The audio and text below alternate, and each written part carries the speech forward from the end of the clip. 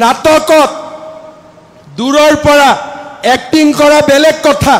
আৰু নাটকত নিজে ষ্টেজত থিয় হৈ এক্টিং কৰা বেলেগ কথা আজি আমি কি কৰিছো বিজেপি আমি বিটিআৰক সব সহায় কৰো দিল্লীৰ পৰা কৰো দিছপুৰৰ পৰা কৰো কিমান আপোনালোকে পায় কিমান আপোনালোকে নাপায় আমি নাজানো কিন্তু এবাৰ যদি আমি ভোজত নিজে বিলনীয়া হ'ব পাৰো তেতিয়া হলে আমাৰটো সব কাম নিজে নিজে হ'ব যাক যিমান দিব লাগে আমি সিমানে দিব পাৰিম সেই কাৰণে এইবাৰ আমাক আপোনালোকে দূৰৰ পৰা সহায় কৰা হিচাপত নাৰাখিব এইবাৰ যাতে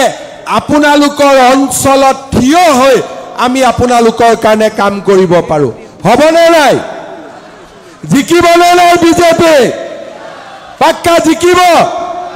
পুৰা এইবাৰ একেবাৰে সকলোৱে লগ লাগি ইলেকশনত কোন উঠিব কোন জিকিব কোন হাৰিব